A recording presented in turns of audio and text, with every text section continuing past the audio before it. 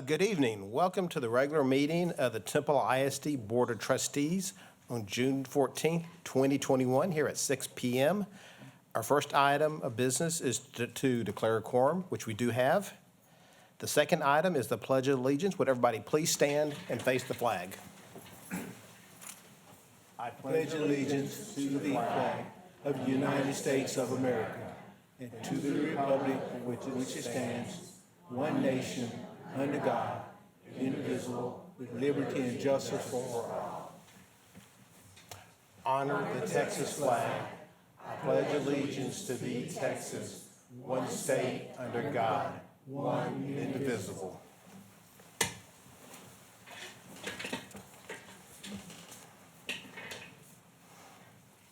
Our item 3 is a public forum. And at this time, the board will now hear comments from those persons who have signed up to speak. In accordance with board policy, each person may speak for no more than 3 minutes. During this part of the meeting, the board will listen, but will not engage in dialogue or debate with the speakers. As your name is called, please come forward and state your name and address. Kathleen Brown.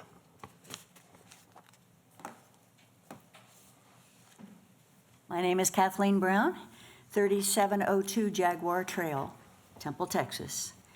Good evening, Superintendent Ott, Board of Trustees, and fellow citizens.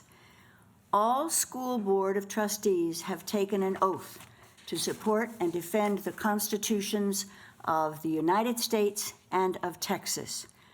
Do you really know what you're supporting and defending? The U.S. Constitution, Article 1, Section 8, lists the 17 powers that were delegated to the federal government by the 13 sovereign states, created by the Declaration of Independence. Which power covers education? The answer, none. And the 10th Amendment states, the powers not delegated to the United States by the Constitution, nor prohibited by it to the states, are reserved to the states, respectively, or to the people. The Department of Education, the Federal Department of Education, is unconstitutional. It was formed by Democrat Jimmy Carter to fulfill the 1963 goal of the Communist Party to take over our education. Since your oath did not specify a portion of the Texas Constitution to be supported, what is Article 1 of the Texas Constitution? It's our Bill of Rights. Article 1, Section 2, I have a question for you. All political power is inherent in the fill in the blank. It's inherent in the people. Did you, pardon? The board cannot answer questions. Yeah, I know. I'm just pausing a little bit to. Okay. Section 3A, equality under the law. Equality under the law shall not be denied or abridged because of sex, race, color, creed, or national origin. How does this article apply to critical race theory? Section 8, freedom of speech and press, libel, true or false. No person shall say anything offensive to anyone unless they are standing in the free speech box. Thank you very much for the opportunity to tweak your brains a bit.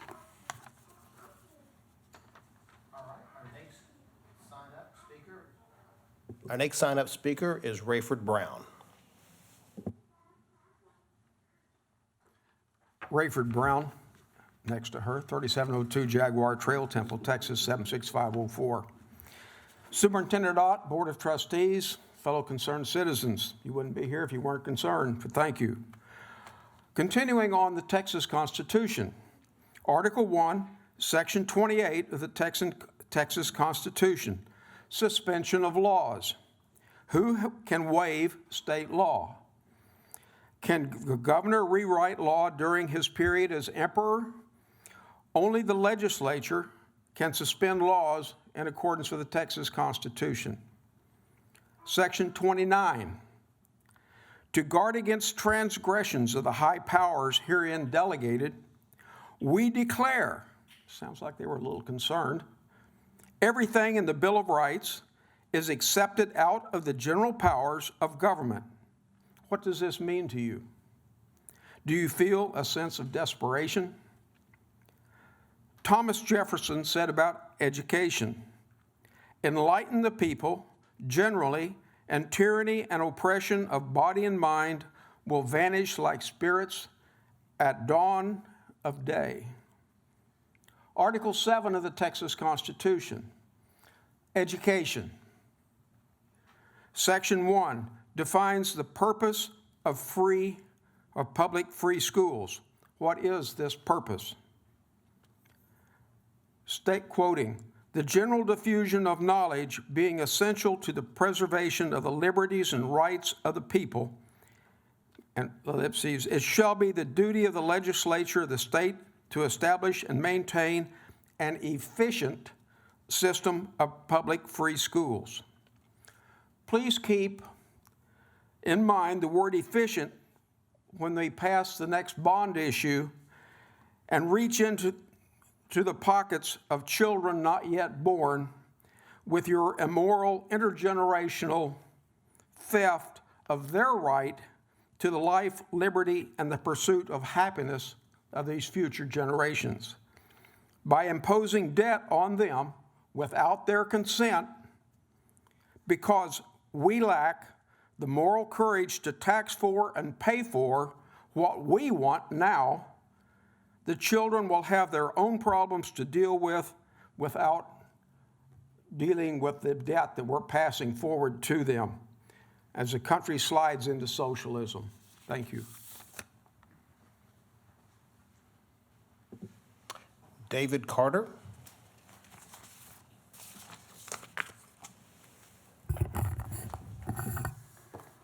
David Carter, 69 Runway Lane, Temple. I ran across something today. I printed off. I gave a copy to Dr. Ott, and I'll give my other copy to you, Chairman Posey. It concerns an evaluation over the years of education, how it's progressing. And this whole article is says the specter of communism did not disappear with the disintegration of the Communist Party in Eastern Europe, or the wall when it came down. Education plays an important role in fostering individual well-being and self-fulfillment, maintaining social stability, and securing the future of a nation. No great civilization in the history of humanity has taken education lightly.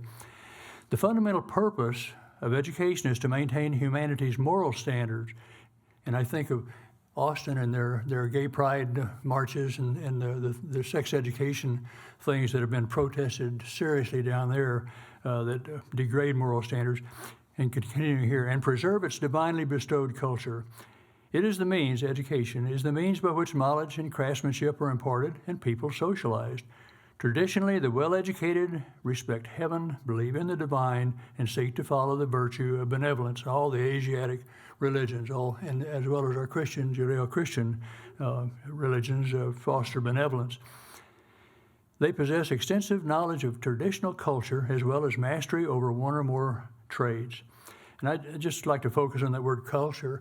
The Communist Party have an explicit goal. Marx wrote about it in a Communist Manifesto and other writings of if you can snip the roots of people's spirituality and their understanding of history and of their own self and of the world, if you can snip their roots to the soil of culture and tradition from which we each can hopefully build a better society generation after generation.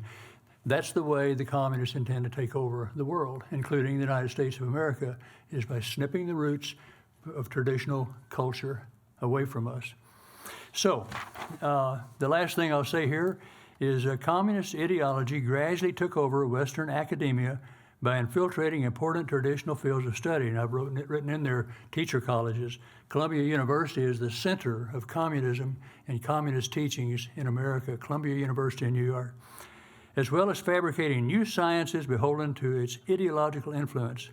Literature, history, philosophy, anthropology, the study of law, media, and other concentrations have become inundated with various derivatives of Marxist theory. Political correctness is now the guideline for censoring free thought on our campuses.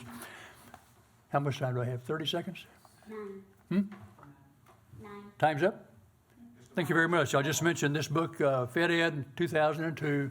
The Minnesota legislature found out what the Federal Education Department was doing. It was run by strict Marxists, and they blew the book in this. Fed Ed.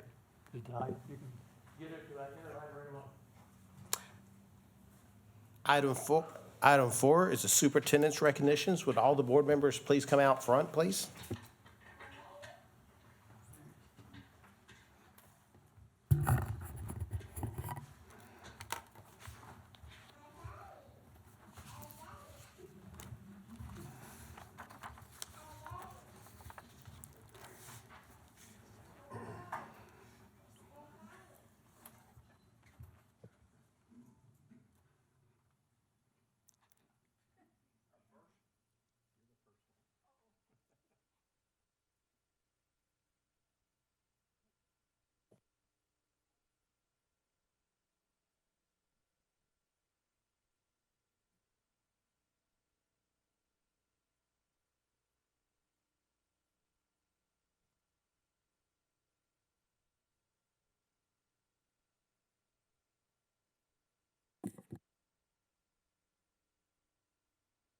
Our first item is the Alumni Spotlight, Billie Brice-Warner, class of 1965, Dunbar High School. I am so pleased tonight to honor Miss Billie Brice-Warner, who is a proud graduate of Dunbar High School, class of 1965. 1963. You just look so young. Born, yes, she does. Born and raised in, we will absolutely make the correction. Born and raised in Temple, she also attended what was then known as Wheatley Elementary, and upon graduating from Dunbar, Miss Warner received a degree in medical lab science from Temple College and then studied biology with a minor in English at Huston-Tilston College. Miss Warner was a medical laboratory technician at Scott and White Medical Center for 30 years? 33 years. Retirement has kept her very busy, though. She has been actively involved in the Dunbar Meredith Homecoming Association, where she has served as president and is a member of numerous civic and service organizations across Temple. Ms. Warner has also been instrumental in Temple ISD. In fact, when I contacted her last week, she was on her way to substitute at Cater Elementary, and she has been an outstanding substitute for us for many, many years. So if you have ever had the privilege of meeting Ms. Warner, her gentle spirit and heart of service are very quickly revealed. And for these reasons and so many more, Ms. Warner, you just exemplify and embody anything and everything that we would hope for a Temple ISD graduate. And so for this month, we are proud to honor you in our Alumni Spotlight. Congratulations.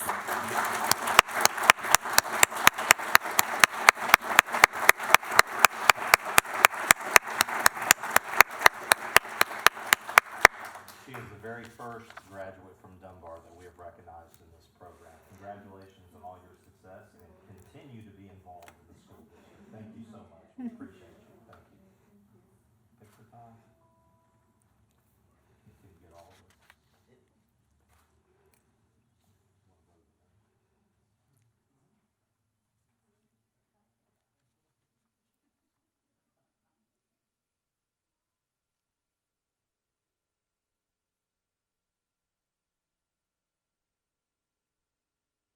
Yes.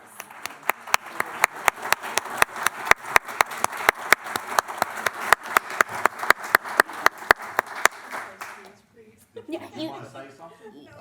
You don't have to. You don't have to. You do not have to. Thank you. Okay. Thank you for recognizing mic me. here if you wanna say Okay, anything. I just want to say thank you. I really appreciate this very much. Thank you.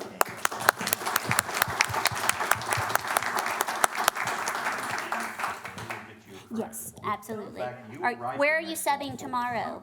Are you subbing tomorrow at Cater? Okay, then I'll find your next sub place. I'll drop it off for you. Something tomorrow. Okay, there's no school. Oh no, that's right. I'm sorry. I'm so sorry.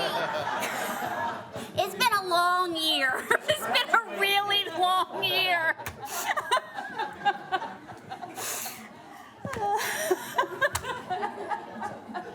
If you were subbing tomorrow, we're going to have to talk.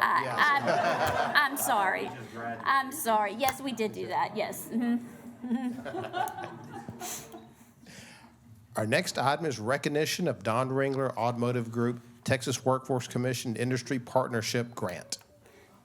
So yes, if y'all want to come on up. Yeah, absolutely. Yes, y'all going up? You want to take the check, Charlie? We'll wait that, okay. So the CTE Automotive Technology Program has received an industry partnership grant from Texas Workforce Solutions, teaming with Don Ringler Automotive to purchase 2 commercial-sized toolboxes for our automotive program. On behalf of Temple ISD, we truly thank Workforce and Don Ringler. Without you, this would not be possible. And our relationship with industry partners such as you is what allows our students to have those hands-on experiences that really make them workforce ready. And your support is truly valued more than you can even know. So tonight we have with us Don and Donnie Ringler. So with Don Ringler, we have Texas Workforce Commissioner Alvarez right here.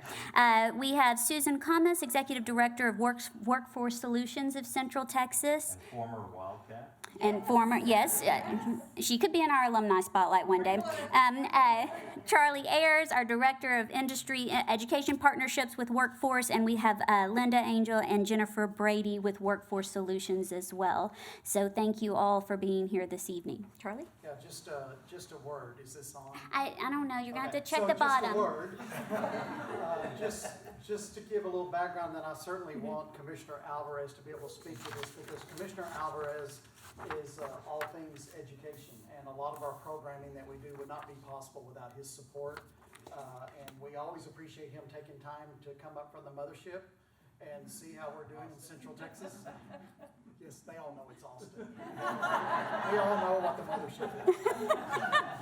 Not my ex-mother-in-law.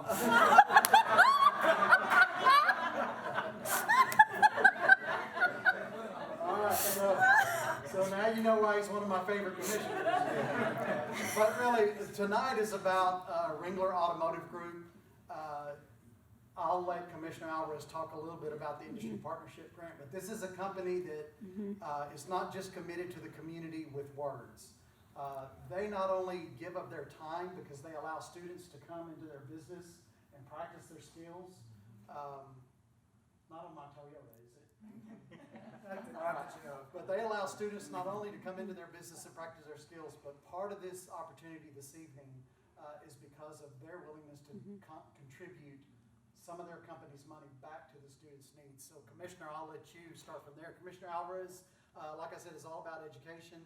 What many people don't know about him that I will share about him, he's a former DPS state trooper. He's got that going for him. But he's also, for many years, an official for Texas high school and college football. You're safe here because he never refereed a Temple game. Okay.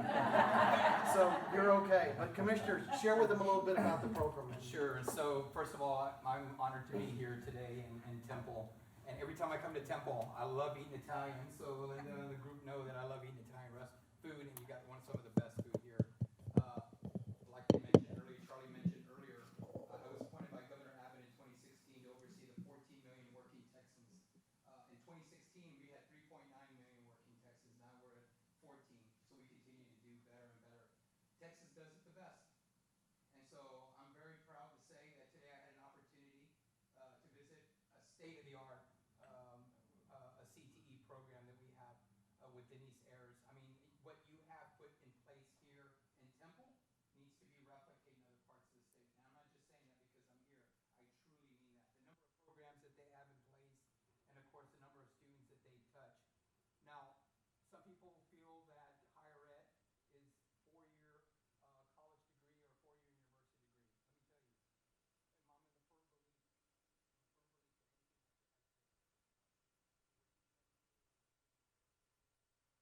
actually make their own decision whether they want to go the 4-year route or if they want to go the CTE or apprenticeship route. So we thank you for that. Back in 2016, Governor Abbott asked us and TEA and higher ed to work together and make sure that those people, 24 to 35-year-olds, had an opportunity to receive an industry-recognized credential, something that was going to help them in the workforce. Well, you all have done that here. By putting programs like I saw earlier today, it is no wonder why the unemployment rate in Temple, Texas, and in Belton is so low, lower than the state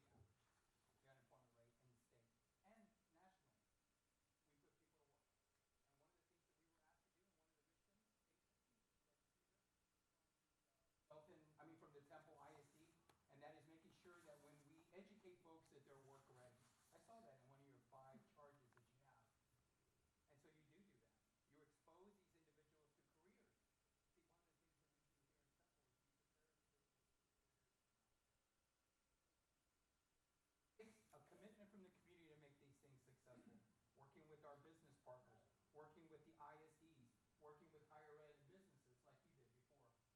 Posey. Obviously, all these things are important for a community.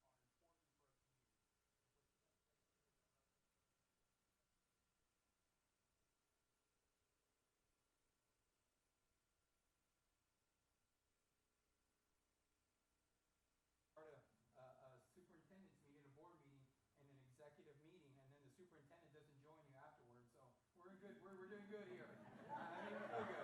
I don't think you'll see. Made me feel No. good. I'm Yeah. glad Dr. Ott's still with us. We'll be all right here. I have no doubt, and what you've done here again needs to be replicated. I sincerely mean that. Yeah, I may live in Austin. I'm from the Rio Grande Valley, and I was very fortunate that when Governor Abbott appointed me to this position, one of the first things that I was tasked to do was to work with folks that had challenges or that were interested in the trades, and you have done it.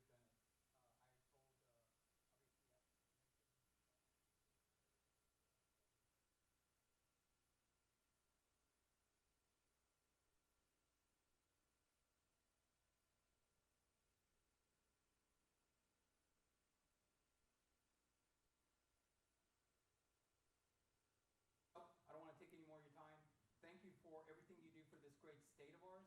It is exciting. We live in great times. And during 2020, if you think about it, in 2020, we got Oracle in Fort Worth.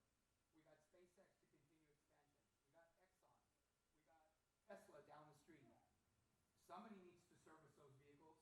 Somebody needs to take care of these things, hands-on types of careers. So thank you for what you do. Texas does it great, and the future of Texas looks great.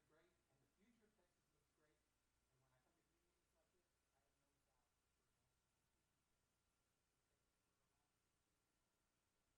doubt. For always making me feel so welcome. Chairman Posey, thank you for that. And of course, Charlie and your team. We have great people here with Susan and of course Linda and everyone else. Thank you for allowing me to be a part of today's celebration. Thank you. Let's sign the check.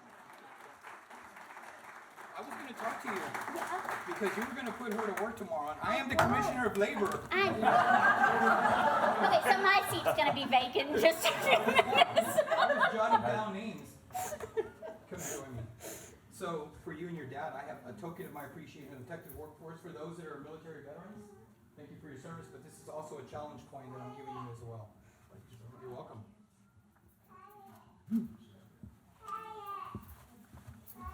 Oh, there it is.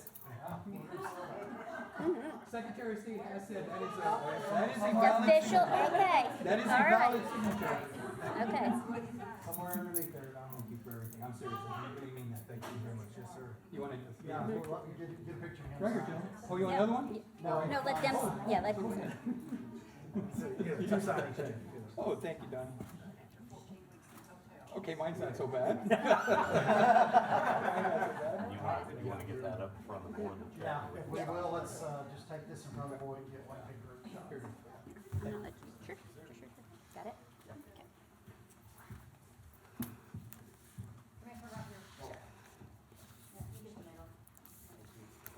Commissioner, you should know we had 150 of our students earn certifications this year. I saw that. Charlie, you want to come Now around here? Susan needs to be in that one. What, would you come around back? Well, they got my picture at the post office. Oh, figured. Ready, 1, 2, 3.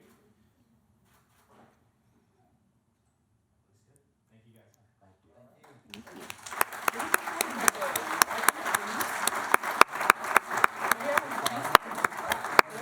I'd like to have Denise in the picture. You never miss an opportunity. No, I mean, Lay down in front, Denise.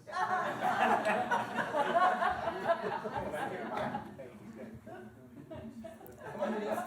Susan, you're right there. Here we go. 1, 2, 3.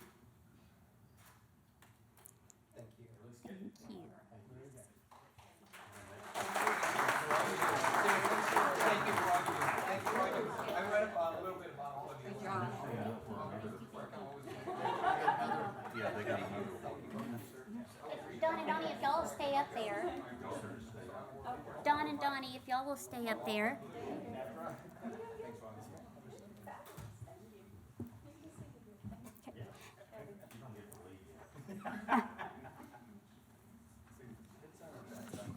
It's a good sign. The next one is recognition of ACTE Area 4 Business Education Partnership Award, Don Ringler Automotive Group. The Association for Career and Technical Education as Business Education Partnership Awards were created for businesses and education leaders who understand that economic livelihood is linked to the success of career and technical education. Business and CTE programs across the country have already created successful partnerships that support student achievement, economic and community development, quality of life, and more. ACTE is dedicated to supporting and recognizing best practices in CTE business education partnerships. And this year, Don Ringler Automotive was nominated and awarded ACTE's Business Education Partnership Award for Area 4. Don Ringler Automotive supports the Temple ISD Automotive program by providing work-based learning experiences for students, thus exposing them to varied roles involved in the automotive industry. This year, the company donated matching funds along with Toyota Foundation and the Texas Workforce Commission to secure a grant to purchase 2 commercial-sized toolboxes for on-site student learning and thus further aligning the on-site learning shop with industry standards. In addition to these great contributions, Mr. Donnie Ringler actively serves on the Temple ISD CTE Advisory Council. We are grateful for Don Ringler Automotive and your support of our students, and they are far better prepared for the workforce because of you. So thank you.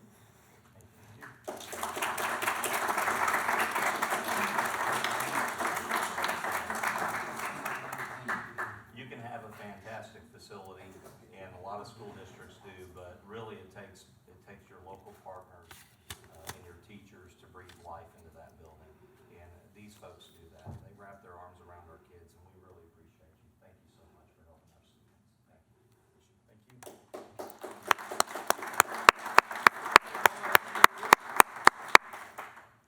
Thank you, guys.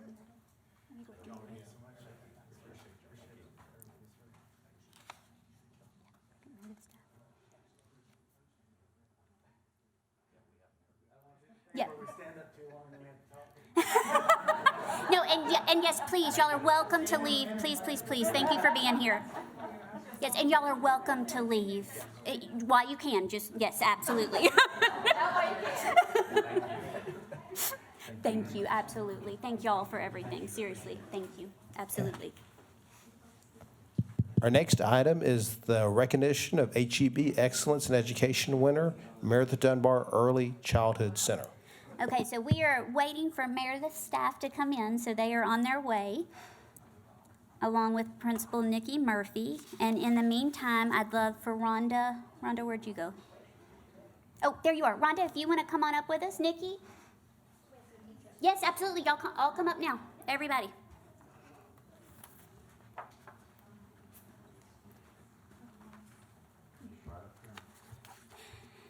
The HEB Excellence in Education Early Childhood Award is designated to is designed, to support public or private schools that focus on the care and education of children under the age of 5.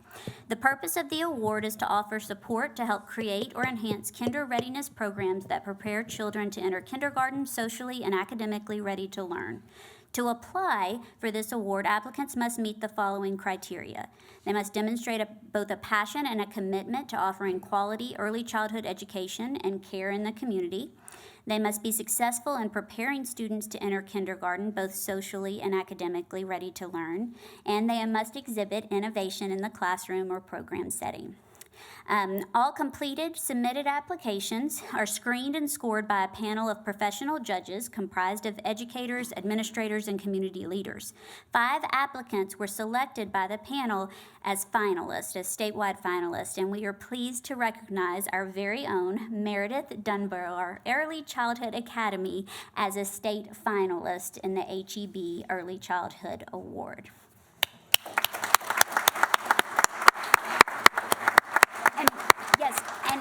Rhonda Featherstone is here with HEB, and she has a few words to share as well.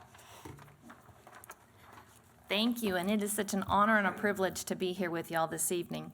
So it is said that teaching is a calling, and at HEB, we thoroughly and wholeheartedly support that, and we couldn't agree more. So HEB is honored to present y'all the Early Childhood Academy Award for Excellence in Education. Now, about 20 years ago, HEB started the Excellence in Education Awards, and over that 20-year period, we have gifted more than $13 million in funding to outstanding Texas public schools and districts, school boards, early childhood facilities, teachers, and principals. HEB launched the Excellence in Education Awards program in cooperation with the Texas Association of School Administrators in 2002 as a way to support public education in Texas. And in true HEB style, it has become the largest monetary program to support educators in the state, spotlighting best practices and celebrating the passion and creativity of our Texas educators. Each year, we give away $700,000 in cash prizes to deserving teachers, principals, school districts, and the early childhood education centers. Just want to let you know that the reason HEB is able to do this is because of you, our loyal customers. We know that you have a choice in where you shop, and because of your loyalty, we are able to give back and invest in our communities, and we love doing so with our teachers and our educators. So thank you so much, and congratulations to the Meridith-Dunbar Early Childhood Education Academy.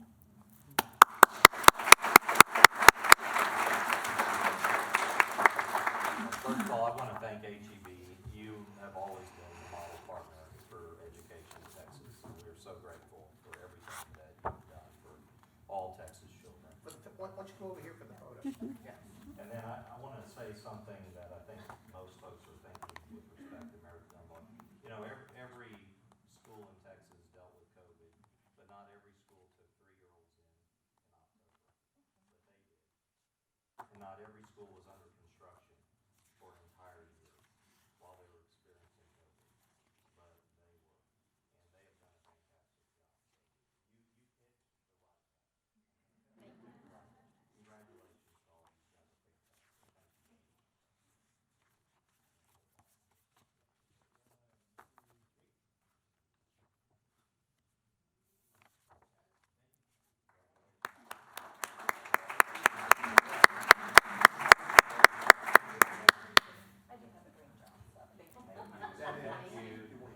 Congratulations. We're glad everybody else knows what we already knew. So congratulations to you guys. Y'all do a great job. Y'all do a great job. Thank you. Thank you. Thank you. Thank you. Thank you so much. Our next item is the principal residency participants. Joe Paul. You can go. I'll get it to you. Yes. So in April, Temple ISD was awarded the Texas Education Agency's Principal Residency Grant. Here, let me get these. Thank you. With this grant, we had the opportunity to identify 10 educators through a targeted recruitment and selection process and start them on an expedited track of leadership development. This includes a master's degree and principal certification through Dallas Baptist University's Dorothy M. Bush College of Education, as well as a year-long full-time principal residency on a Temple ISD campus. Tonight, we're delighted to present our 10 principal residents who have already begun this exciting journey. In fact, we just pulled them from class across the hallway. So we will try to get them back quickly. But our participants are Alexandria Lewis, who will be assigned to Meridith-Dunbar next year. Alexandria's not here. That's okay. Roxana Hugo, who will be assigned to Kennedy-Powell. Allie Kelsch. Hi, Allie. Allie was one of my student teachers. So Allie Kelsch will be assigned to Western Hills. Pam Tate will be assigned to Ray Allen. Congratulations. Cassie Edwards will be assigned to Scott. Congratulations. Naibi Castillo will be assigned to Thornton. Congratulations. Carrie Sanchez will be assigned to Cater. Anitra Ball will be assigned to Bonham. Congratulations. Danette Higginbotham will be assigned to Lamar. Stephen Cole will be assigned to Travis. And Tammy Sapp will be assigned to Kennedy-Powell. Congratulations. I'll get you a certificate.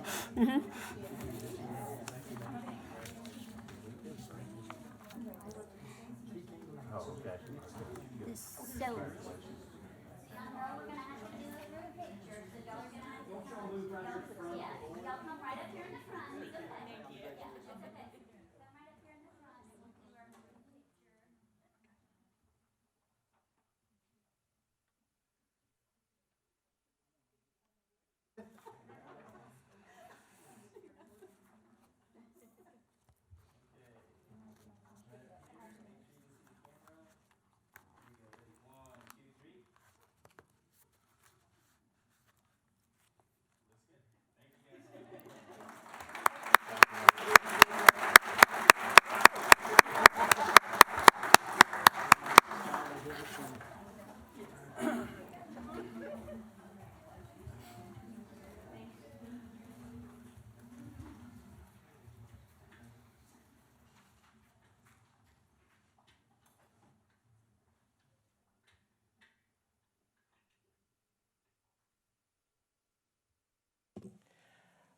Item 5 is executive hires.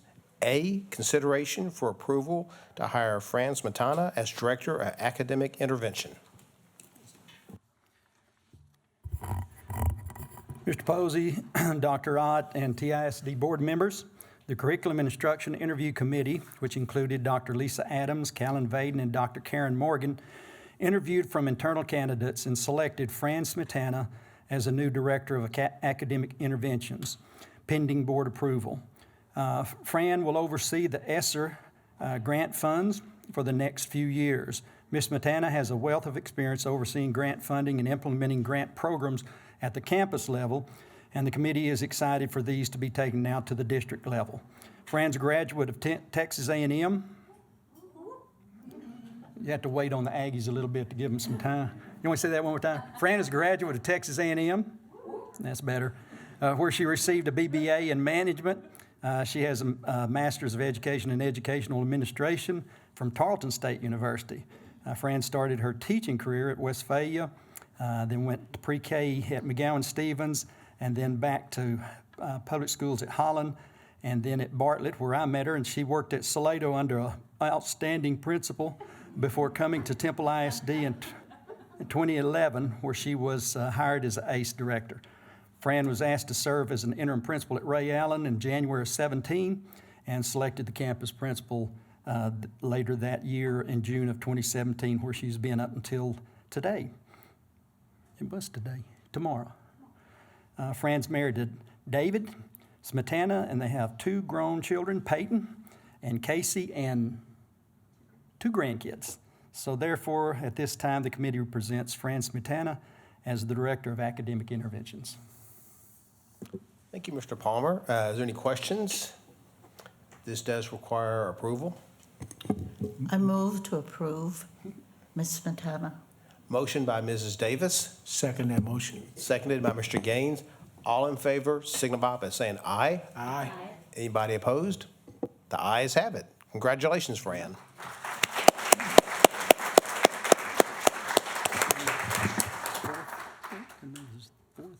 Yes, this is the 4th time Mr. Palmer has hired me now. I'll be brief. Thank you first, Dr. Ott, esteemed board members, for allowing me to serve as the principal at Ray Allen. It has been a joyous ride. Thank you also for allowing me this opportunity. I'm so excited to expand on the ESSER funds and continue to serve the district and spread the empowerment of adults, our children, and the services that these funds can provide. It's an exciting opportunity to be able to take the grant funds that are designed to close gaps and continue to do what Temple ISD does best, and that is to provide the very best education through the very best instructional leaders and the very best teachers that we can find. So thank you very much for this opportunity. I appreciate you very much.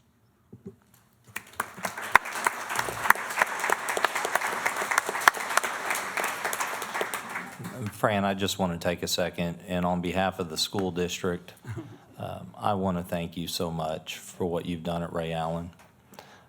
That campus is completely different. Your leadership, you have transformed that campus. The spirit in that building is unreal. Families, staff, kiddos, you have done a fantastic job, and you have truly set it up for success. You have done one of the very best jobs I have ever seen in my entire career from a principal. You truly have. Congratulations. I'm very proud of you. Just want to echo the same thing. It's amazing what you've done with that school. It's such, everybody's going to miss you, but you've set it up well and continue well. So thank you very much. Thanks.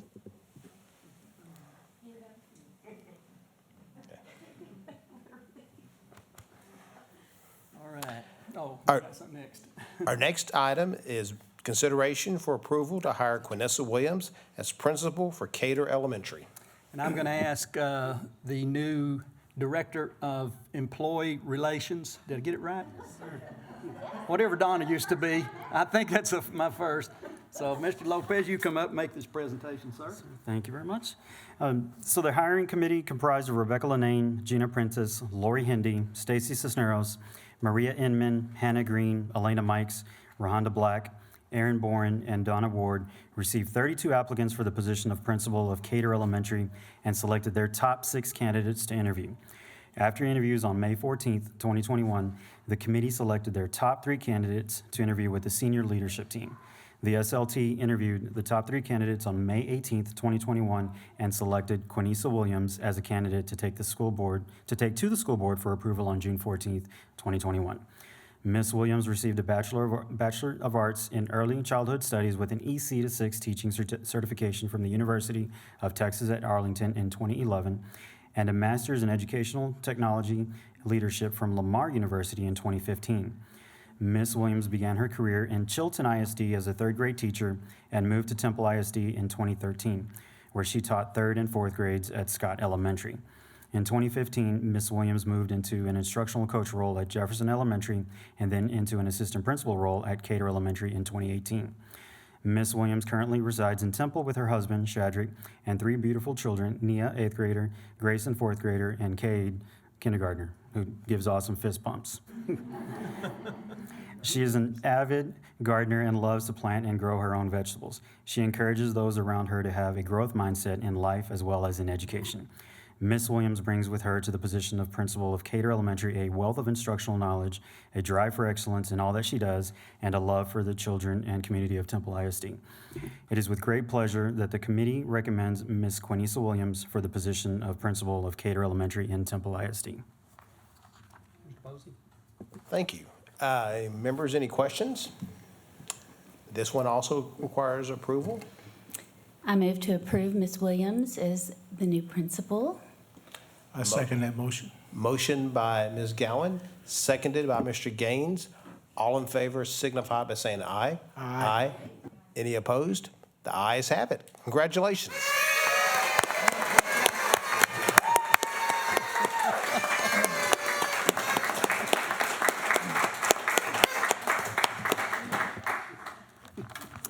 Thank y'all so much. I first have to just thank God because I truly believe promotion comes from Him. I would also like to begin by thanking you, Mr. Posey, and the rest of the board, Dr. Ott, and the whole senior leadership team, my amazing Cater staff. You guys are just so awesome. I just thank you all for your votes of confidence for me. I would like to introduce a few people that I have here. First, my husband, Shadrick, who is my biggest supporter. My 2 sons, Grayson and Kate Williams. My daughter, Nia, would be here. She's away at Impact Camp this week, so she's not here today. My sister, Janitra White. My brother-in-law, Jerome. My nieces, Peyton and Madison, and my nephew, Jackson, who all traveled from Waco to be here tonight. I appreciate you guys. I came to Temple 8 years ago as a teacher. Oh, I'm so sorry. Mom, charge it to my head and not my heart. I love y'all. Y'all know that. My parents, Gene and Margie Grayson. I can feel your heart beating back here. They can. They know my heart's beating from here. I know. Yeah, my dad's gonna give me. I'm a daddy's girl, so he is. I'm gonna pay for that later. I promise. All right. I came to Temple 8 years ago as a teacher. During the 8 years in TISD, I've had the opportunity to work with some amazing teachers, students, and administrators. The most recent was Cater's former principal, Mr. Adrian Lopez. I was able to work alongside Mr. Lopez for a total of 3 years. One as an instructional coach, 2 as an assistant principal. I'm happy to have his trust and support to lead the campus that he affectionately calls his baby. I consider it an honor and a privilege to serve the student, staff, and families of Cater in this role as the campus principal. To the Cater faculty and staff, I promise to support you to create an environment that is safe for you to take risks that lead to professional growth and academic success. I look forward to building new relationships with our families as well as members of our community. I'm excited about partnering with each of you as we celebrate Cater's rich history and continue to move the campus towards even greater successes. Thank you all.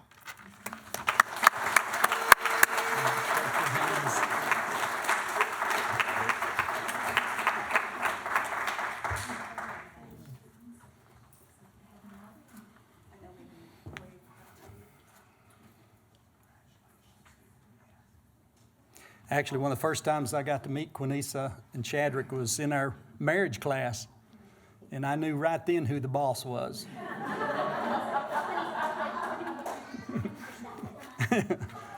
I'm just keeping you out of trouble tonight, brother. While they're lining up for a picture, I want to thank Quinessa. I know this is very personal for her. I know you can tell her whole journey in Temple ISD has been very personal. It's a family affair. She loves the staff there, and she loves our kiddos at Cater, and she is the right person for the job. So thank you very much. Awesome.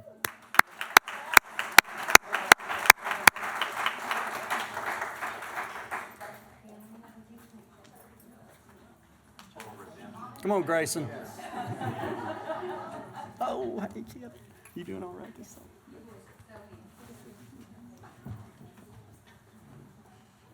Golly.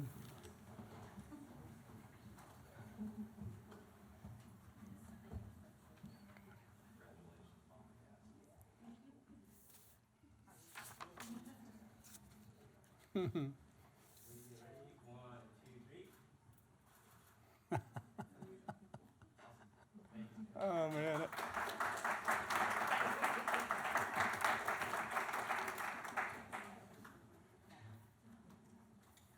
All right.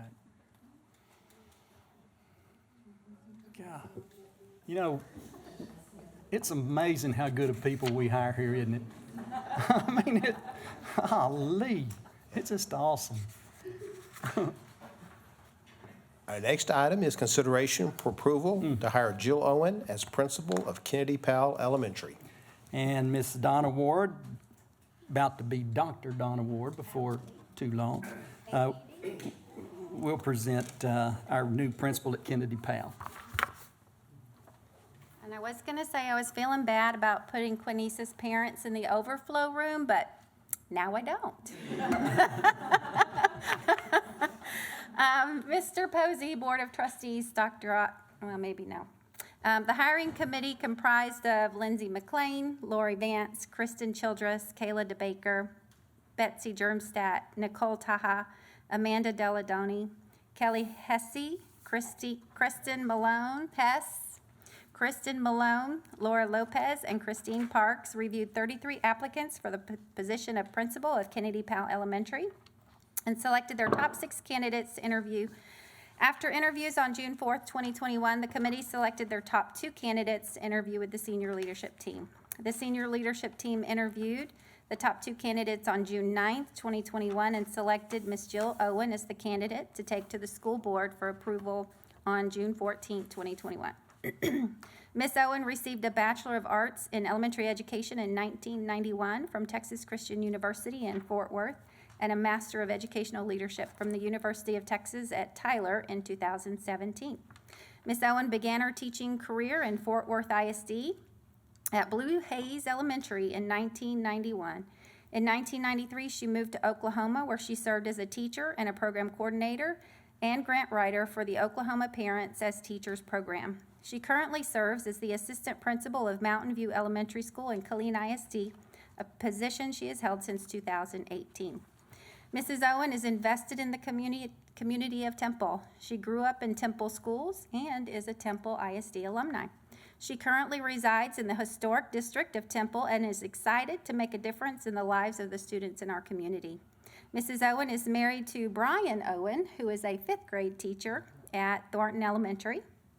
Brian and Jill are classmates from the class of '87, and together they have 4 children, Luke and his wife Erica, Lane, Audrey, and Ava. Mrs. Owen enjoys spending time with family, friends, and neighbors. Her favorite pastimes are reading, watching college football, and cooking together with family. Most of all, she and Brian love traveling to Colorado and Oklahoma to visit their kids. Mrs. Owen brings a wealth of knowledge and experiences to the position of principal of Kennedy-Powell Elementary, and she is excited to work in a community that invested in her throughout her life. It is with great pleasure that the committee recommends Mrs. Jill Owen for the position of principal of Kennedy-Powell Elementary in Temple. Thank you. Members, any questions? This does require approval. I'll move to approve. Motion by Mrs. Myers, I'll second. seconded by Dr. Sanhi. All in favor signify by saying aye. Aye. Any opposed? The ayes have it. Congratulations, Jill.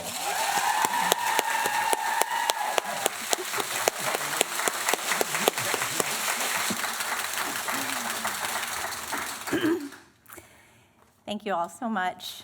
I just want to say thank you to each and every one of you, to the senior leadership team. Y'all made me feel so comfortable and so welcome. Just I could be myself and show you who I was, and I truly, truly appreciate that. I was asked last week how my heart was feeling, and I answered with one word: full. So thank you. Brian and I are happy that Temple's our home. We, like Donna said, we're happy to be serving kids and families in this community and making a difference. I look forward to Kennedy-Powell being my home. You all have welcomed me with open arms, and I thank you so much for that too. I'm looking forward to learning together, growing together while we do the right work for kids, and for Kennedy-Powell to be a shining light in our community. So thank you from the bottom of my heart.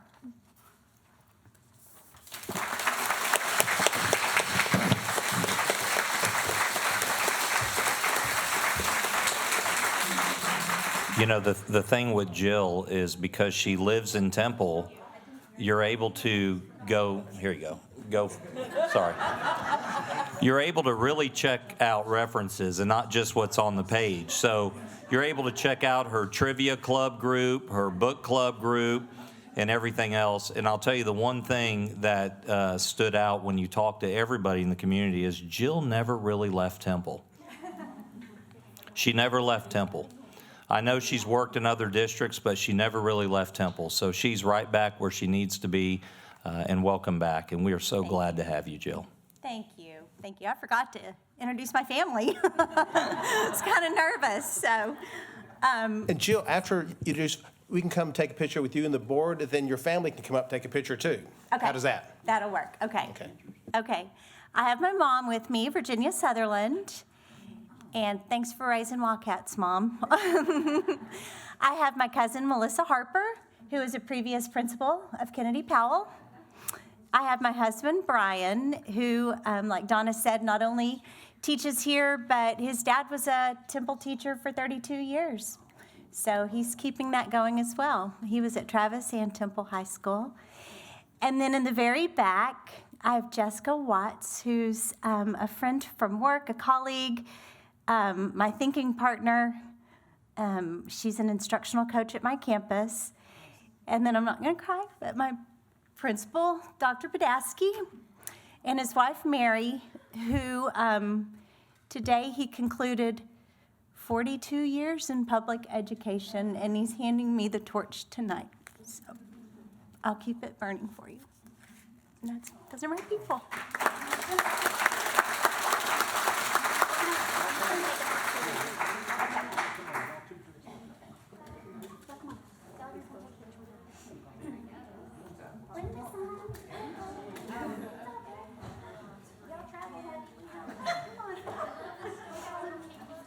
You do, that's even better.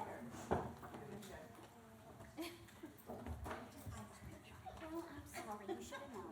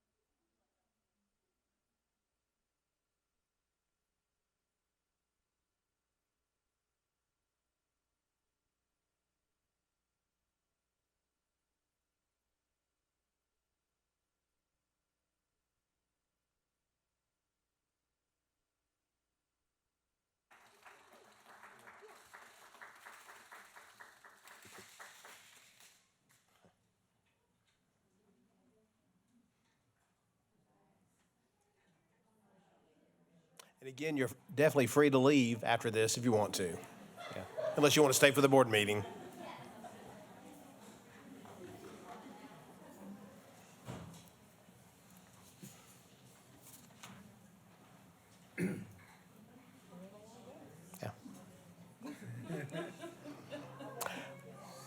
Item 7 is our consent items. We have items A through K1.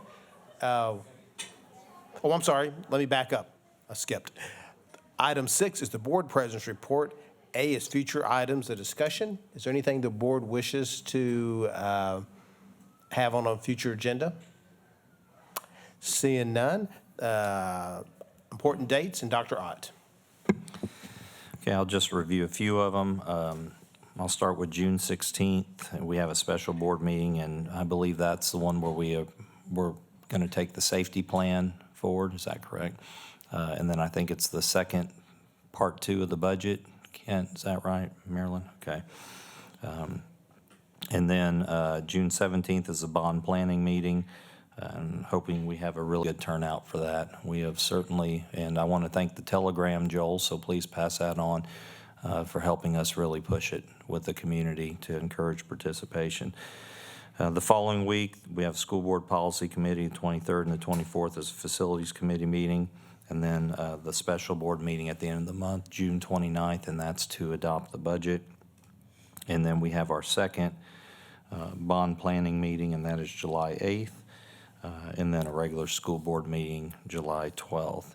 We're going to be busy, and that's just the truth of it. June is a busy month for us. It usually is with budget, and then you sprinkle in the bond piece. It's going to be a busy month.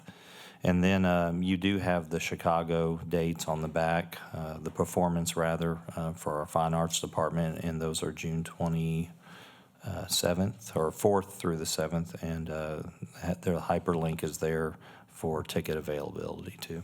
So thank you. All right, thank you, Dr. Ott. Now we'll get down to consent item 7, consent items A through K1. What is the pleasure of the board to deal with these items? I move to approve all items together as one. Motion by Ms. Gowan, I second it. seconded by Dr. Sanhi. All in favor, signify by saying aye. Aye. Any opposed? The ayes have it. Thank you.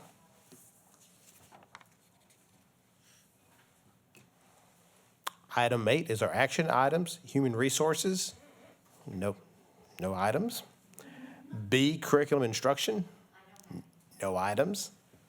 C, finance and facilities. The first item is discussion of 2021-2022 projected revenue. And Mrs. Vaden. As Callan comes up, I just want you to know that at your place, you have 2 handouts, and that's what she'll be talking from. Thank you, Callan. Thank you. Good evening, Dr. Ott and Board. It's my privilege to be here tonight to begin the discussions about the budget process. We have had multiple meetings, have met with either campuses, programs, departments, and so this is just kind of our review for you of a culmination of a process that has been going on for several weeks and into months. The first thing I want to talk through tonight, like Dr. Ott said, you have this at your place. It says tax rates and fund balances at the top. This is a page that you have seen several times in the past.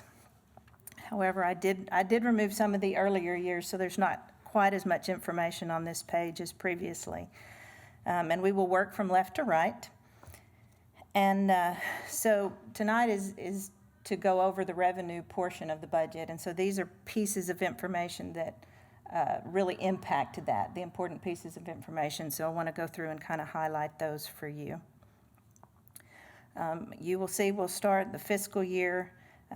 Each of those fiscal years represented, the most recent ones, of course, are at the bottom, and then the tax year that applies to. Looking at the next column is our property value. This is information we get from the Bell County Appraisal District. We received information from them in April regarding preliminary values. As you know, we will get certified values next month, but we're at this point looking at preliminary value that we received in April from them. At that time, there were still protests that were happening, and they were still awaiting some information from a group that appraises industrial property for them. So at this point, it still is an estimate, but we feel like it's a conservative estimate at this point, but we still feel like it should be pretty close. And you can see there, based on the last couple of years, last year was a double-digit increase. We actually wound up with just a little over a 10% increase in value as far as our property is concerned. And this year we're looking at just over 4.7% estimated increase. And so that's the value that we have built into the budget at this point. Again, we'll receive certified values in July. Based on that information, we'll look at the next 3 columns are our tax rate. And want to point out, if you remember from the 86th legislative session, one of their initiatives was property tax reform. And so the way they carried that out, they don't actually cap the value, but they will compress the M&O portion of our tax rate. And so you see that based on the information that we are planning on reducing from a just over 96 cent M&O rate, at this point estimated just over 93 cent M&O rate. So that's how they implement that tax compression piece. When we receive our certified values in July, we will have to report some of this information to TEA, and they will actually calculate what that tax rate will turn out to be ultimately. But at this point, that is our projection. On the INS side... Callan, can I say something on that real quick? Sure. And I probably need to go back and figure out a way to, even though it's an estimate, to incorporate that in bond discussions, because if that is lowering by about 2.5 cents on the M&O side, then with nothing being done, the total tax rate goes to $1.25.5, I guess. That's more cushion for, even though it's a different side, but I'm just talking total tax rate. The taxpayer going up, say 10 cents, is not really going up 10 cents on the total tax rate. It'd be going up 7.5. So I need to figure out a way to incorporate that without confusing people that is not the INS side and so forth. But okay, thanks. Okay. At this point, we are looking at the INS rate remaining the same. So that's what's been built into all of our projections. As we know, like you said, we're talking about bond. And so at that point, it would be impacted. But for right now, we have left that flat. So projected total tax rate would be 1.257.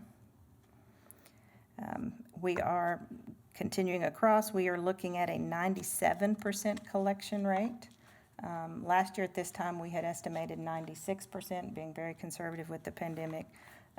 We are at this point using 97, still being on the conservative side, but did increase accordingly, which will factor all of that in. We are planning on a general fund balance of just over 23 million. That at this point is flat. We will bring you a balanced budget when we adopt the budget at the end of June. And so at this point, we have left the fund balance flat. There are a lot of things still pending that will impact that. There are some COVID relief funds that are pending. We're not sure the result of that and whether we may or may not receive those. There are still some insurance items pending from the big ice storm, some FEMA dollars pending from the ice storm. So there's still lots of items that are out there. So at this point, we just wanted to leave that flat, knowing that those things still remain. Average enrollment, we are looking at just nearly 8,600. Again, that's a decrease from where we were 2 years ago. But we ended the year, you'll see that on the line above that. We actually ended the year at 8,518. That's an average enrollment for the year. And so we did add to that. I think we've added about 70. That's a conservative estimate too, isn't it? Yes, absolutely. Everything we do, we go into it with a conservative estimate. And so then you see property values per student. So even with the pandemic, you see that our values have remained steady. Are there any questions about that? Okay. Then if you will, we'll look at the other page, and this has got a lot more information on it. I'm going to do something I haven't done ever in front of you. We're now at the point I have to put on glasses. We've hit. Wear them all day, every day here, but anyways. So this is a first for me. I walked in Kent's office today. I said, "Can you read that?" And he said, "Yes." I said, "Oh, I can't." So I know. I said, "I'm going to have to do it." So, okay. I have done that tonight as people have come in. I'm kind of looking. Oh, well. Okay. Continuing on, if we'll look at the other page, this is kind of an overall picture of the revenue estimates at this point for the district. Again, go from left to right, you will see the various funds. This ties in with our account numbers, and these funds specifically given to us by TEA to account for these certain pockets of money. The next column, you will see the ending fund balance for the last audited year. So that would be 1920. And again, you see for the general fund, the 23.2 million. Food service was 2.8. Debt service of nearly 3.6. So you can see the fund balance is there. Then the next column are the actual dollar amounts for 2019-20. Again, those are audited amounts, revenues actually earned for each of those various funds. And then the next column is our 2021. This is our current year budget. So there's no projection built into that of where we expect to end the year. This is our current budget at this point that was adopted. And so you can, not that it was adopted, this is our current budget at this point, so you can compare what we plan to propose for next year in a comparison to that. And then the next column is actually our planning amount going into next year. and then the comparison between our current year and the planning amount for next year. And so that's kind of how this works. I'll talk you through the numbers just a little bit. If you will start primarily the 2021 column and the 2022 column, you will see there that we are planning at this point an ADA of 7601. And again, that's somewhat of an increase from the end of this year. We've estimated about a 75 student increase in ADA. And again, that should be a conservative estimate. And then you see the tax rate that we plan to propose below that. And so looking then at the general fund, local revenues, which are comprised of primarily property taxes, but that would have any kind of gate receipts from athletic events. There would be some interest in there. There might be some facility rentals, those kinds of activities. Looking at a proposed $45.5 million. State, and you see that's a 1.1 increase. And I like how this worked out. You'll notice that the 1.1% increase is exactly 2.5%. So on a big picture level, that does tell you that the maximum cap for property taxes, when the legislature said we won't allow more than a 2.5% increase, that's your 2.5% increase. So it does kind of show that the intent of the reform worked. State revenues are estimated to be $45.8 million, again, primarily generated from student attendance, but there is some required TRS on behalf revenues in there as well. And again, I'd just like to point out that those kind of work in tandem. Obviously, our revenue is primarily generated based on student attendance. And so whatever that dollar amount is determined to be based on state aid formula, whatever we raise in property taxes, the state subtracts that from our earned amount and then pays us the difference. So very much work in tandem. Federal revenues are estimated at $2.3 million. This is non-grant federal revenues. So this is E-rate and Medicaid, and then there are some indirect costs that are associated with federal grants. There's a portion of those entitlements that the district is allowed to put towards the general fund, towards covering administrative type costs from finance to HR, et cetera. And so as we'll talk about further down, with the influx of stimulus funds, there are some of those additional funds that will go into the general fund. And so that's why there's a increase there of over $900,000. And then we've got small local revenues of $25,000. So looking at the general fund at this point with a $93.8 million estimated revenue amount, which is a $2.7 million decrease. And so we'll come back and talk expenditures on Wednesday. And so you will see as part of that decrease, there are some expenditure reductions that we will talk through and that you will see. But then there is also part of that we have used the stimulus fund to pick up that deficit as well. And so you'll see a little bit more about that on Wednesday. Continuing on, you will see the food service estimated revenue of almost $5.5 million, which is very, very steady. And on the debt service, $15.3 million estimated revenue. Again, just very, very steady. The next section has to do with just our local funds, activity funds, scholarship funds. Those typically remain, again, very steady. You do see an estimated increase in campus activity funds. However, that increase would actually stay with the campus. The next section has to do with our state grants.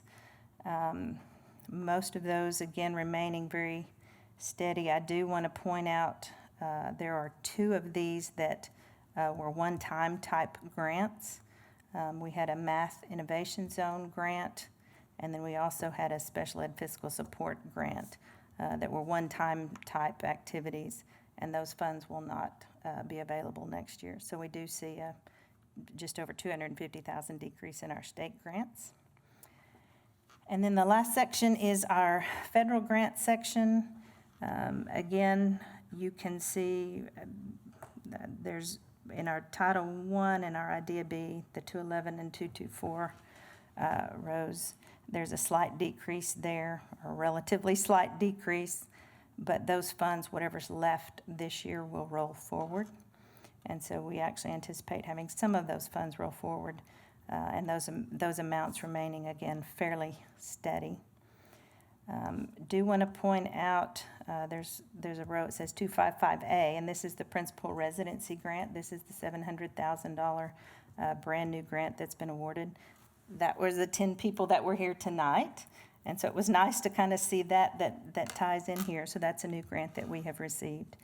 And then obviously the two big numbers on this page, line 281 and 282, that is our stimulus money that will be coming into the district. And so you see what's listed as ESSER 2 is over 11 million, and ESSER 3 is over 25 million. And so just want to point out of that, the ESSER 2 funds, the 11 million, part of that will be used by TEA to fund the hold harmless for our attendance. As you know, the end of last school year, when the pandemic hit from March to the end of school year, they used stimulus funds to make us whole for that. And then for any decrease this year in attendance, they will be using this stimulus money to make us whole for that as well. And so, but then the ESSER 3 funding at this point, there is not any supplanting going on from TEA, so that is money that will actually come into the district. We've had meetings on that, lots of planning. Got a pretty good plan in place, I think, and so you will see there that those funds actually go through 2023 and 2024. So those are some long-term funds. And we're going to present that plan to the board in July. Okay. Our goal is to get through the budget in June, and then in July present the So with that said, overall, an increase of just over $34 million, which, again, that's another first for me to have any kind of $1 million increase. So that's kind of where we are at this point. Again, the stimulus money is a huge piece of that and follows multiple years. But so that's kind of where we are and the pieces that go into our revenues. Are there any questions you would have for me? Yes, ma'am. So under the general funds, yes, for federal revenue, what is the source of over 64% increase in the revenue? That from has last to year? do, the increase has to do with, it's very much related to this stimulus money. Like I just talked about, there's like 36 million in stimulus money, and a portion of that, anytime you receive federal dollars, there's a portion or a percentage that they recognize that it takes additional staff time to process, purchases and payroll and hiring, and so you're allowed to take a percentage and cover in the general fund rather than trying to identify, what portion of, some of those functions. They just give you a general percentage, and so that's where that goes in the general fund. Thank you. You're welcome. Anything else? Is there any other questions for Mrs. Vaden? Thank you very much, Callan. Take my glasses Again, and go appreciate sit your down. dedication to this, all this hard work, and we'll be seeing you on Wednesday. That's right. Yeah. Thank you all. Thank you, Callan. Thanks, Callan.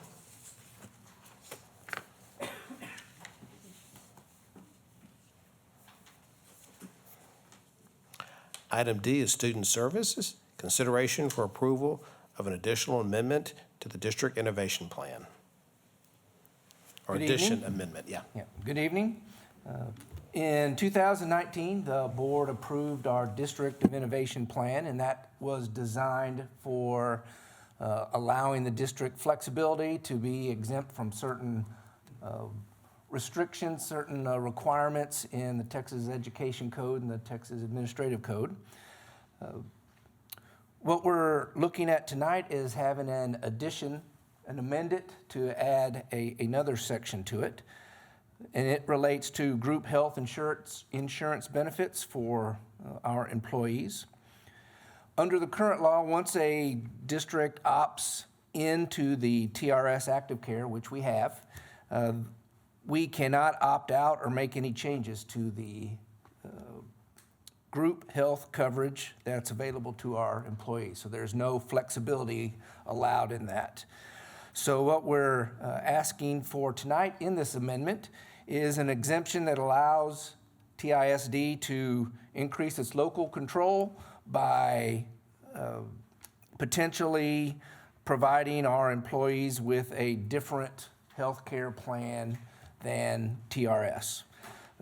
No change is currently being considered for next year. We're going to go as we have been planning, but this is for the potential in the future of giving us that flexibility. And so amendment is brought to you tonight for your consideration. Thanks, Eric. Are there any questions? This does require approval. Move for approval.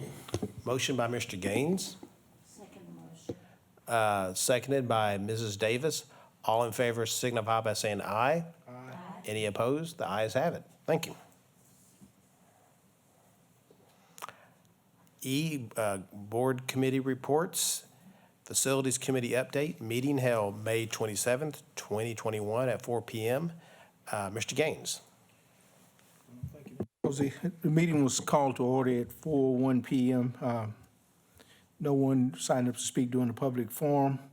Item A, a summary of the electrical contract renewal. Mr. Boyd provided us a summary of the renewal process for the district contract. The board previously authorized the administration to obtain pricing for this renewal. The administration narrowed the solicitation down to the top two vendors, which was Direct Energy and TXU.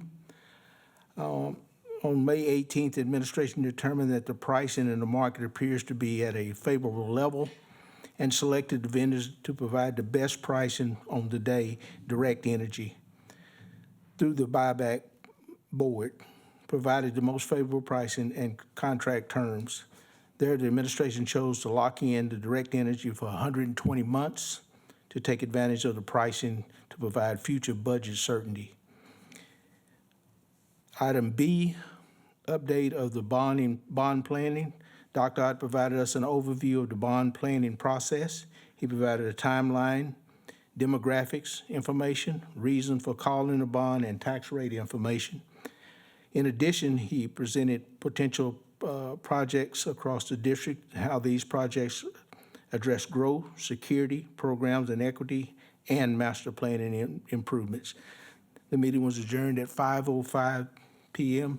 Our next meeting will be held on June 24th at 4 p.m. Thank you. Thank you, Mr. Gaines. Next item is consideration for approval of resolution and TISD Board Policy CDA Local, Other Investments, Revenue Annual Review. Mrs. Vaden. One of the requirements of the Public Funds Investment Act is an annual review of our investment policy. And so we do that typically about this time every year. Went through the policy, the requirements in the Public Funds Investment Act, and talked through how those are presented, including investment officer, quarterly investment reports that you see. We are not recommending any changes to the policy itself. We just have to have that annual review.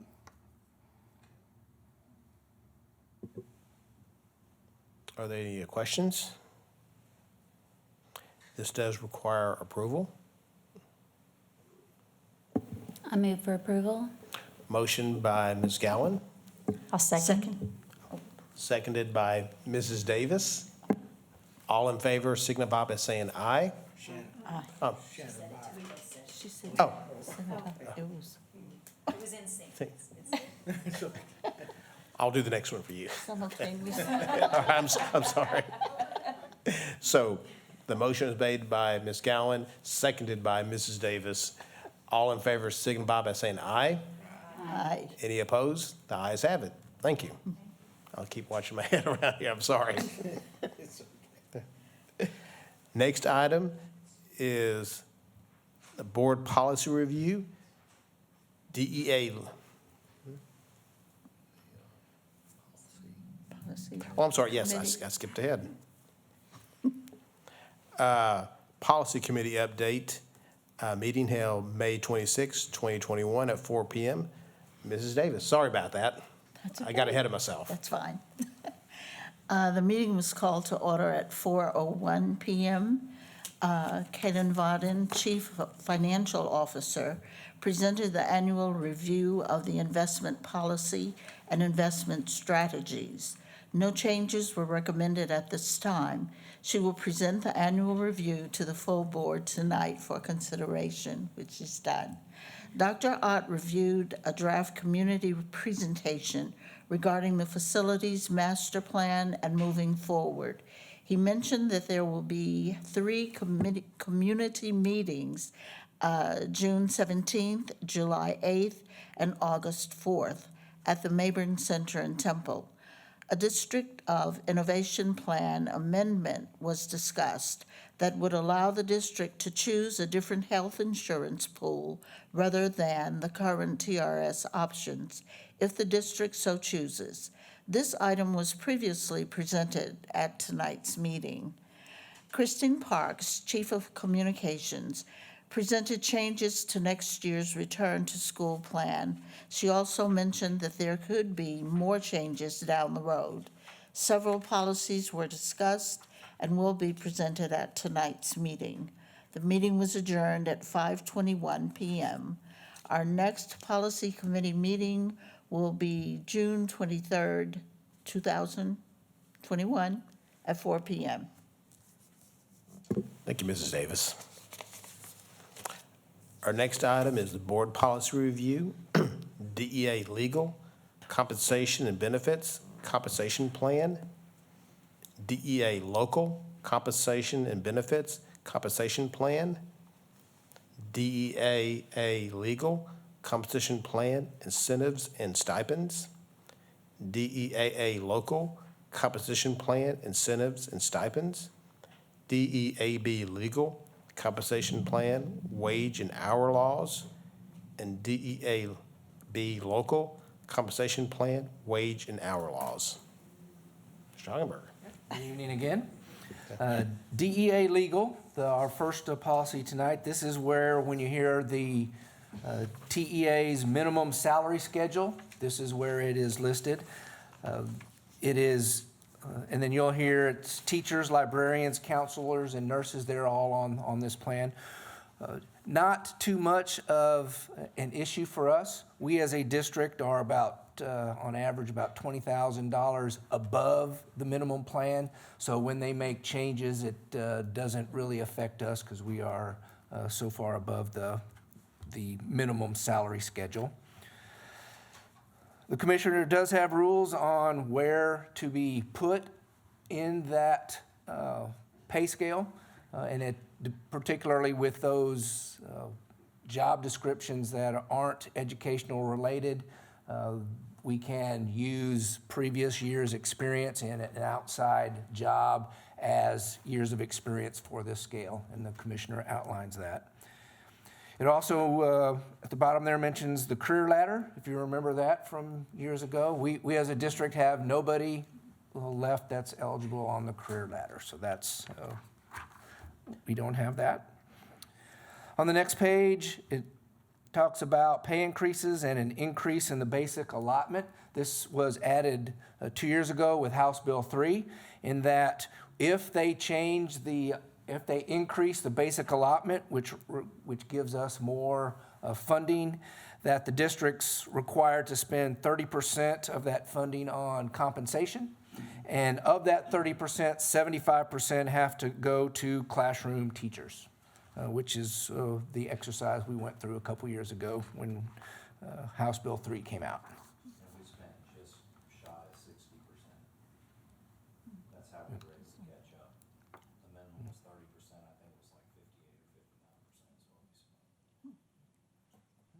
On the next page, talking about salary advances and loans, just to point out, it says the district can't lend credit.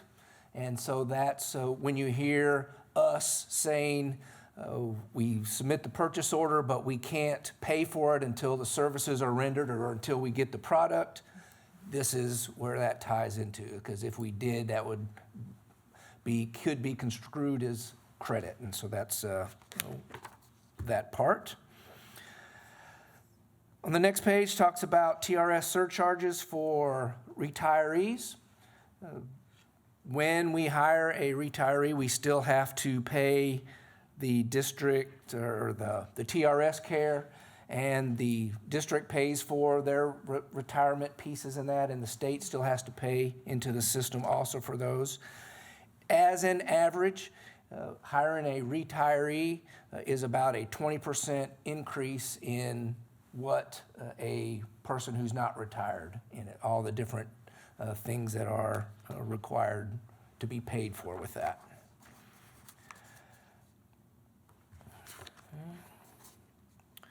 If there happens to be a need to decrease days of service, it's called it's called the furlough program. So if the state budget has a reduction and it affects us in such a way that we need to reduce days that have already occurred, then this section gives us the authority to do that. It can't be more than 6 days, and it has to be done by all employees, not just a selected category.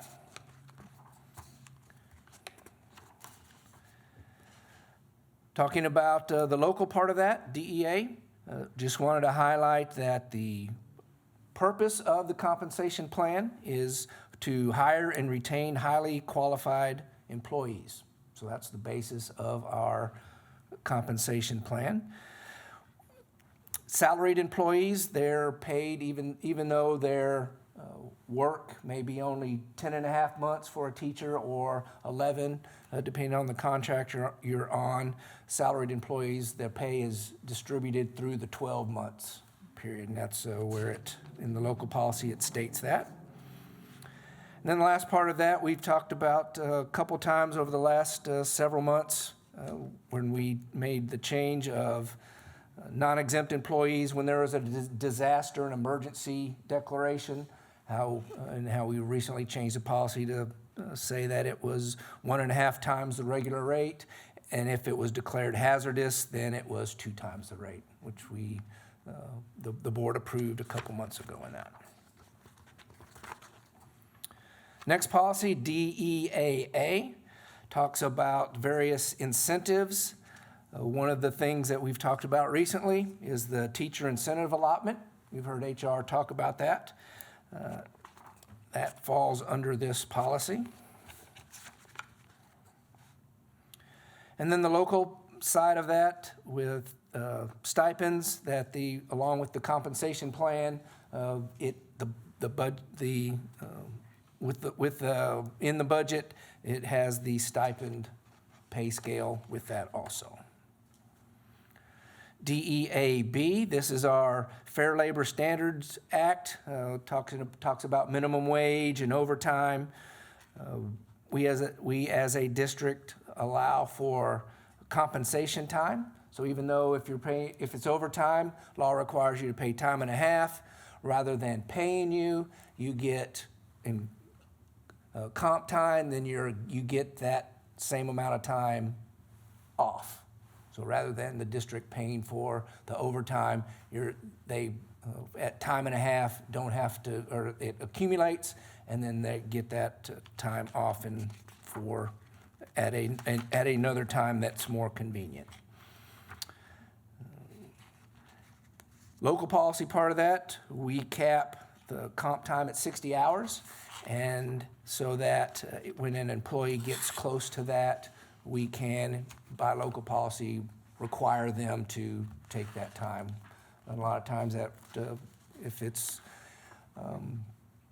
a slow day, then in that particular department for that particular time, or things for the next day, then the person can take off that afternoon, and that's how sometimes comp time gets reduced and stays within that 60. And that's it. All right. Any questions for Mr. Hagenberg? Thank you very much. Appreciate it. There being no further agenda items, we are adjourned for tonight. Thank you very much for attending.